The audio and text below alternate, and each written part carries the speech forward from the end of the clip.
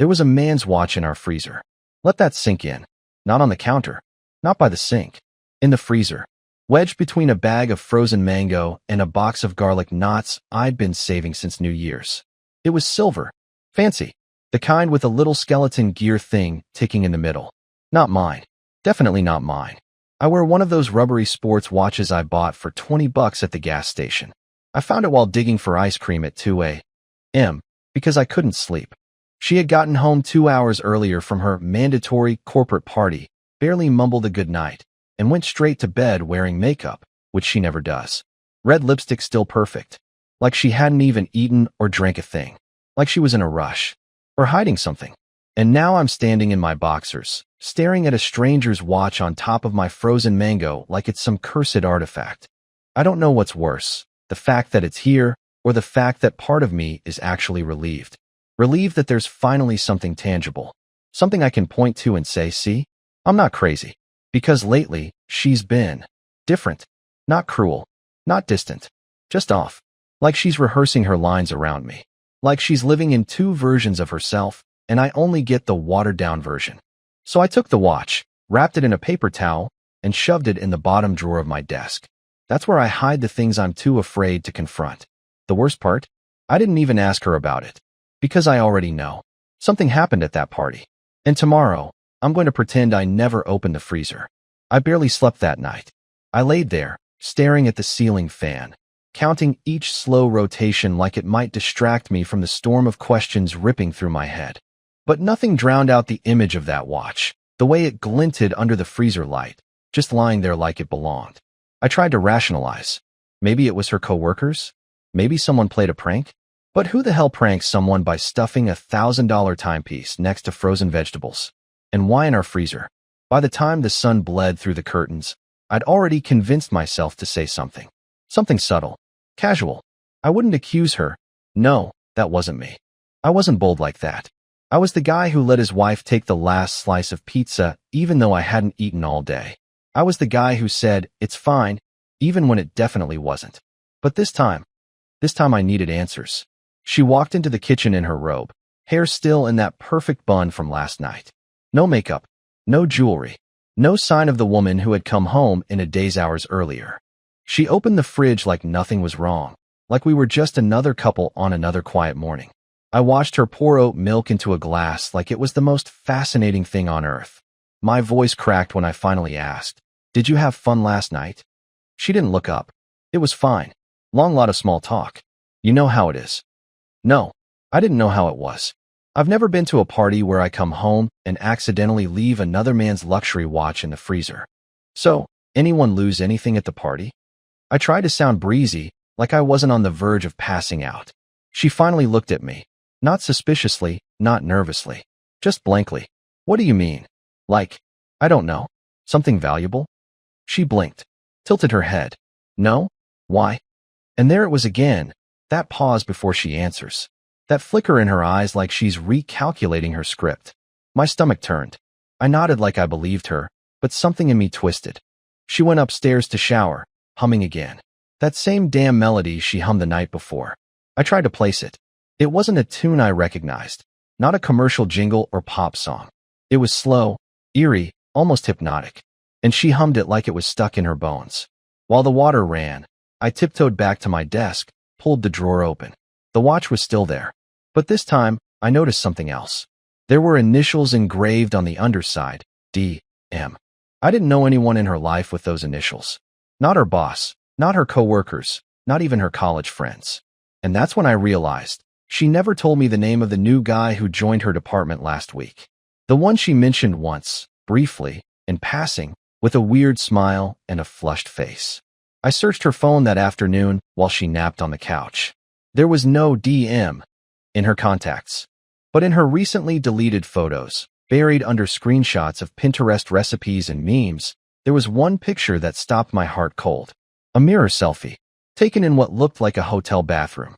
She was in a black dress I'd never seen before, and someone's hand was around her waist. I stared at the photo for a solid 10 minutes, zooming in like that would change what I already knew. Her eyes were half-lidded, lips slightly parted in a smile I hadn't seen in months. That soft, secret kind of smile. And the hand, it wasn't grabbing her like a joke or holding her like a friend. It was claiming her, palm on her hip, fingers curling in a way that said this wasn't the first time. I should have confronted her right then, shaken her awake, demanded an explanation. But I didn't. Instead, I saved the photo, walked into the guest room, locked the door, and sat there until my hands stopped shaking. Then I did something weak, something pathetic. I texted her the photo from my number with a single question beneath it. Who's the hand? I watched through the crack of the guest room door as her phone buzzed on the coffee table. She was still asleep, curled up like a child under the blanket, face buried into a pillow like she had nothing to answer for. The chime woke her. She stirred, groaned, reached for the phone lazily. I expected panic, guilt, maybe even tears. Instead, she stared at the screen for a moment, then locked it again and placed it face down. That was it. No gasp, no reply, not even a frown. She saw the photo and just moved on. I sat there in silence, my mouth dry, my heart pounding like I'd just committed a crime. Eventually, curiosity, or maybe desperation, dragged me out. I walked into the living room, acting like I'd just woken up too. She looked up from her coffee and said, "Morning," like I hadn't just sent her the smoking gun of our crumbling marriage. I stood there, arms crossed, pulse in my ears. "Did you check your phone?" "Yeah," she said, sipping. "Why?" My throat tightened. "I sent you a picture." "Oh," she said, tilting her head. That. She said it like I'd sent her a grocery list, not a picture of her being groped by a stranger in a bathroom. Care to explain? She paused for a moment. Not guilty, not defensive, just tired. She set the mug down and leaned back into the couch. "That photo was a joke," she said. "We were all drinking. It was a dare. Someone said we had to take the cheesiest couple shot with a random coworker. That's it. It meant nothing." My mouth opened, then closed. "So why delete it?" She shrugged. "Because I knew how you'd react. Exactly like this." I couldn't believe what I was hearing. Somehow her deception had become my fault. Her eyes scanned my face, not pleading, not angry, just cold. "Practiced. Do you really think I'd cheat on you over some stupid party?" she asked, like she was offended I even asked. I looked down, ashamed for being unsure. I wanted to believe her so badly. I needed to. But the watch, the lipstick, the humming, the frozen mango, it all stacked like bricks on my chest. "Fine," I said, voice cracking. "Then what about the watch?" She blinked. "What watch?" "The one in the freezer, Madison. The one that says D.M. on the back." For the first time, her expression shifted, just a flicker, a tiny glitch in her face. Then, just as fast, it smoothed over again. "I don't know what you're talking about," she said. "You're spiraling. Again." And that last word, again, landed like a punch. Because she was right. This wasn't the first time I'd doubted her. Not even the fifth. There'd been whispers before. Nights she came home late. Excuses that felt too rehearsed. Perfume that changed without warning. But I never had proof. Only instincts. And she always knew how to flip it. How to make me feel like the paranoid one. Maybe I am. Maybe I've been slowly losing my mind inside this marriage, waiting for something to snap. But this time, I have the photo. I have the watch. And if she won't admit the truth, then I'll dig it out myself. The next morning, she kissed me on the forehead like nothing had happened. Like we hadn't stood in that living room playing emotional chess over a stranger's hand around her waist. Like she hadn't gaslit me into thinking I was the one unraveling. She went off to brunch with the girls, wearing a denim jacket she only wore when she wanted to seem casual, but still noticeable. The second I heard her car pull out of the driveway, I stood frozen in the kitchen, mug in hand, fingers shaking against ceramic. I didn't want to do what I was about to do. I'm not that guy. I never wanted to be that guy. The one who snoops, who checks messages, who digs. But I realized something that morning. She'd made me into that guy a long time ago. I just hadn't caught up to myself yet. So I walked upstairs, sat on the edge of our bed, and stared at her laptop. It was sitting there on the nightstand, half open, like an invitation. A silver portal to the version of her I didn't know. I clicked it open, screen lighting up like a spotlight on my guilt. The wallpaper was a photo of us, taken 2 years ago, on a road trip to Asheville. Back when she used to laugh at my stupid jokes. Back when I didn't question everything. The login box blinked at me. I typed in her usual password, the name of our cat, plus her birth year. Nothing. Tried her mom's name, her middle name, my name. All wrong. I stared at the screen like it had insulted me personally. Then I noticed the tiny button in the corner. Hint. I clicked it. It said, where we first met. But here's the thing. She and I didn't meet in one place. We matched online. Our first date was at a bookstore, but we didn't meet there by chance. There was no place. It was all planned. So what did she mean? Suddenly, it hit me. A few months ago, she mentioned in passing that she'd first seen me, before we ever matched, at a coffee shop she used to go to for work. I thought it was cute, how she'd remembered the shirt I wore, how she thought I looked serious in a soft way. I didn't even know she existed then.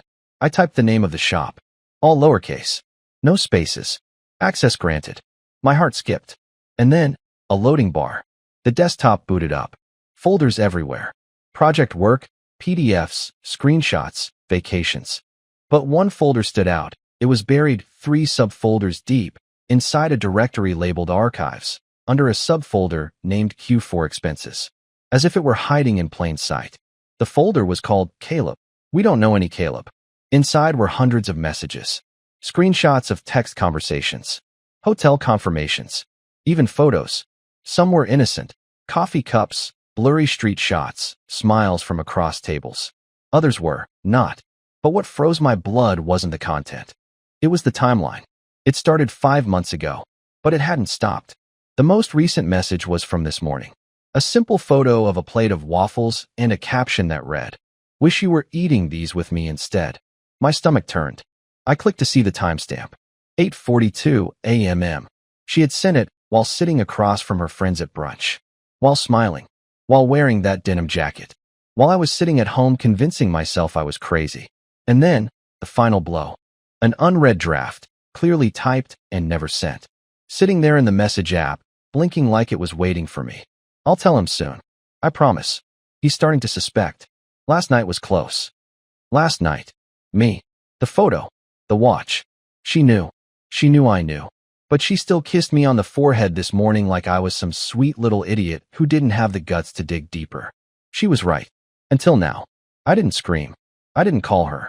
I didn't throw her laptop across the room like every angry husband on Reddit says they would've. No.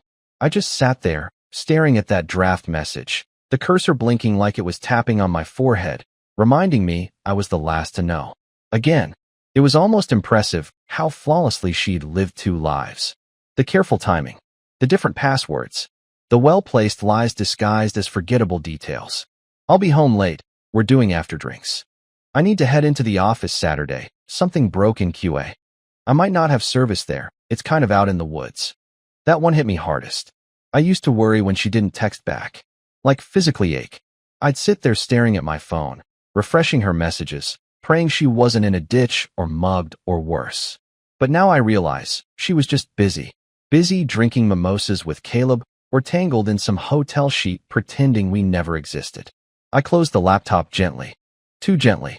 Like if I broke it, I'd lose the last piece of evidence keeping me tethered to the truth. I didn't even want to look at myself in the mirror. I already knew what I'd see, some sad, defeated guy with circles under his eyes and a marriage-sized hole in his chest. But I didn't confront her. No, I did something worse. I decided to wait. I decided to pretend I didn't know. Why? Because I wanted to see how far she'd go. How long she could look me in the eye and lie with those same lips that used to whisper "I love yous" into the crook of my neck. I needed to see if she'd still kiss me goodnight, still ask me what I wanted for dinner, still tell me she loved me with Caleb's scent probably still on her skin. So I cleaned the kitchen, tidied the house, put her laptop back in the exact spot. And when she walked in later that afternoon, humming that goddamn tune again, I greeted her with a smile. "Hey," I said. "How was brunch?" She froze for a half second. Not visibly. Just a subtle pause, like she had to scroll through the script in her mind. "It was good," she said. "Mel's pregnant. Finally told us." I nodded. "That's great news." She raised an eyebrow. "You okay?" I smiled wider. "Yeah. I just missed you." She smiled back. Kissed my cheek. Told me she'd be in the shower. Said something about starting laundry. And the moment she disappeared down the hallway, I opened her phone again. I'd memorized her unlock pattern by now. 5 minutes later, there it was. Another draft. This one shorter. Tonight. Nothing else. No name. No confirmation. Just that. A simple, Loaded word that dropped like a stone in my stomach. I should have panicked. I should have done something. But instead, I felt strangely calm. Like I was finally in the driver's seat for the first time in months. I deleted the draft. Then I texted him back. Can't. Something came up. We'll explain later. I stared at it for a moment and hit send. I told myself I did it to buy time. But the truth? I just wanted to ruin his night. One drop at a time. Over the next few days, I became someone else entirely. The perfect husband. I made breakfast. I folded laundry. I asked about her coworkers and pretended to care about her stories. I even faked a laugh when she told a joke I'd heard 3 times before. She started calling me sweet again. Said she appreciated how I'd been more present lately. The irony almost choked me. But this wasn't kindness. This was a chess game. She didn't know I'd seen everything. She didn't know I had all her texts to Caleb backed up. She didn't know I'd scrolled through his Instagram, found his company, his car, his face. She didn't know I'd tracked their hotel reservations by searching her emails for booking confirmations buried in spam. And still, I did nothing. I let her lie. Because I needed to understand how far she'd go. If she'd slip. If she'd confess. If she had any guilt left. But instead, she blossomed under my fake affection. Became lighter. Giddier. She even started baking again. Little chocolate chip cookies she used to make when we first moved in. She left sticky notes on the fridge. Love you, yellow heart, scribbled in pink ink. It was horrifying. Because I knew none of it was for me. She was love drunk. Not on us, but on the thrill of getting away with it. Of playing both sides like a goddess of deception in yoga pants. But then, on Thursday night, something shifted. She came home late. Really late. Almost 1 a.m.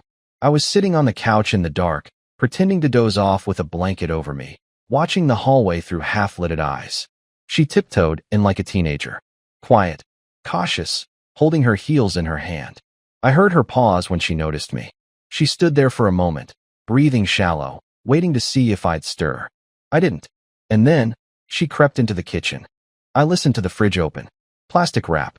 Glass clink. Maybe wine. Then, the soft metallic clink of something sliding into the freezer. My pulse stopped. I waited 10 seconds after she walked away before I moved. Quiet as fog, I stepped into the kitchen, heart hammering so loud I thought it would give me away. I opened the freezer. Another one. A different watch. Not the first one. This one had a leather band and a cracked dial. It looked cheaper. Like something you'd leave behind on purpose. What the hell was this? A ritual? Was she keeping trophies? Or was she planting traps, testing to see if I'd find them? Was this some kind of mind game? My stomach turned. My head swam. I stood there gripping the cold shelf, staring at that stupid watch like it held answers. But there were none. Only more questions. That night, I sat at my desk, both watches side by side. Silver and sleek. Brown and worn. DMLT. 2 sets of initials. 2 men. 2 lies. How many more? I didn't sleep. I barely breathed. I just stared at the door, waiting for it to open. I didn't know what I'd do if it did. But I knew one thing. I wasn't going to be the one who broke this time. I was going to be the one who ended it. I didn't scream. I didn't cry. I didn't even confront her about the second watch. I just took a photo of it, closed the freezer like I'd never opened it, and went about my day. But something shifted in me after that night. Not rage, not sadness, but clarity. She'd chosen lies over honesty. Fantasy over reality. Mystery over me. And I was done trying to win her back. I didn't want to fix things anymore. I didn't want closure. I wanted her to unravel, the same way I had, night after night, lie after lie. So I started leaving clues. Just not the ones she expected. I began small. Subtle. I left her phone unlocked one morning. Just barely. Enough to seem like maybe she'd forgotten to close it. I didn't go through it this time. I just let it sit there on the kitchen table while she made her coffee. I saw her glance at it. The way her eyes flicked down nervously like it might have spilled its secrets. She didn't say anything, just sipped and smiled. But her fingers trembled slightly as she stirred her mug. Next day, I moved the first watch. Not far, just from the desk drawer to her jewelry box. She didn't find it right away. Not until later that evening, when she was getting ready for some work dinner she didn't invite me to. I watched her from the hallway mirror as she opened the box, paused, and stared down. She didn't gasp. She didn't call out. But I saw it. The freeze. The flicker of panic. She closed the lid slowly, like it might explode if she moved too fast. Then she stepped away like nothing happened. But I knew. She was rattled.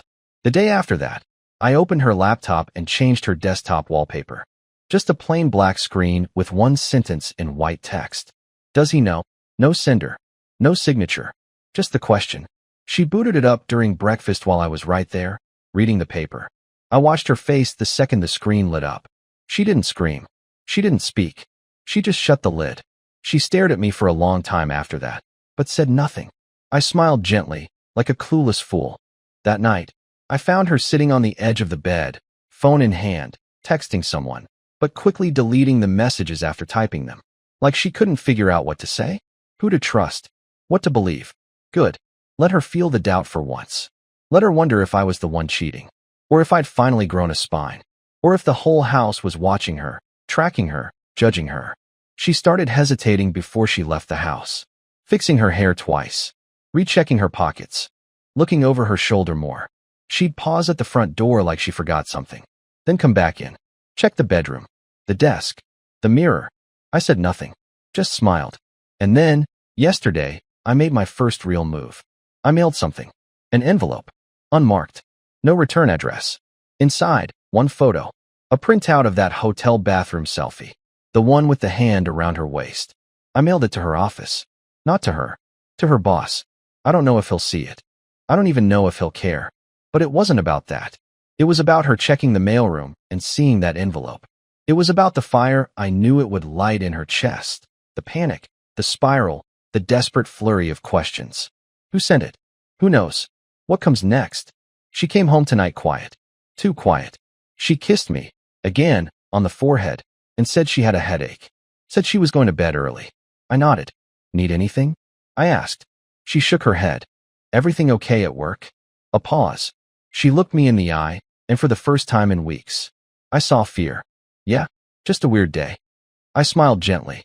Don't worry, I said, walking past her. I'm sure everything will come out eventually. She froze. Just for a moment. But long enough to tell me it was working. It all came to a head on a Sunday morning. She was in the kitchen pretending to scroll Instagram, but I knew she wasn't looking at pictures. Her thumb hadn't moved in 5 minutes. Her coffee had gone cold. The air was tight with unspoken things, the kind you can't take back once you let them out.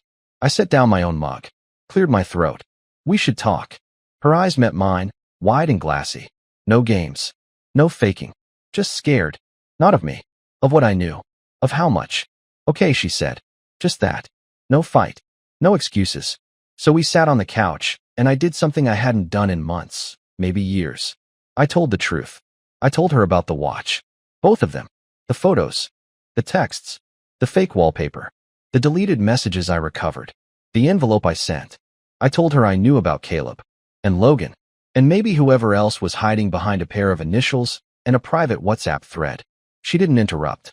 Didn't cry. Didn't scream. She just listened. When I finished, I expected rage. Denial. Maybe even a final desperate lie. But instead, she whispered, I thought I could fix it before you found out. I thought I could end it, and we'd go back to us. I laughed bitterly. You buried watches in the freezer, Madison. You don't do that if you want to fix something. You do that if you're trying to erase it. She looked down at her hands, twisting her wedding ring around her finger like it was burning her. I didn't mean to fall out of love with you, she said. That hurt more than any photo, more than any lie. It wasn't rage. It wasn't lust. It was slow erosion, quiet indifference. She'd stopped choosing me and never had the courage to say it out loud. I nodded, and then I did the hardest thing I've ever done in my life.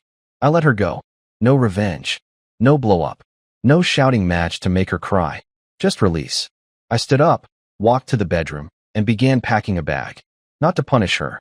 Not to escape. But to start again. With myself. I left the watches behind on the kitchen table. No note. No explanation. Just symbols of everything she tried to hide and everything I no longer needed. She stood in the doorway as I zipped up my bag. Her eyes were full of tears, but her mouth didn't beg. Maybe because, deep down, she knew this was mercy. You don't hate me? She asked, voice cracking. I looked at her, really looked, and for the first time, I saw her not as a villain, but as a person who'd broken something beautiful and hadn't known how to admit it. No, I said quietly, but I can't live in pieces anymore. I left that day, found a small apartment on the edge of town, Started going on walks again. Started cooking for myself. I even signed up for therapy because I needed to know why I'd let myself disappear inside someone else's silence for so long. It wasn't easy. Some nights, I still woke up reaching for a person who wasn't there. But slowly, something shifted. I began writing again, reading, laughing, the kind of laughter that doesn't feel like a mask. And one day, I caught myself humming in the kitchen, a tune I didn't recognize. And for the first time in a long time, it was mine.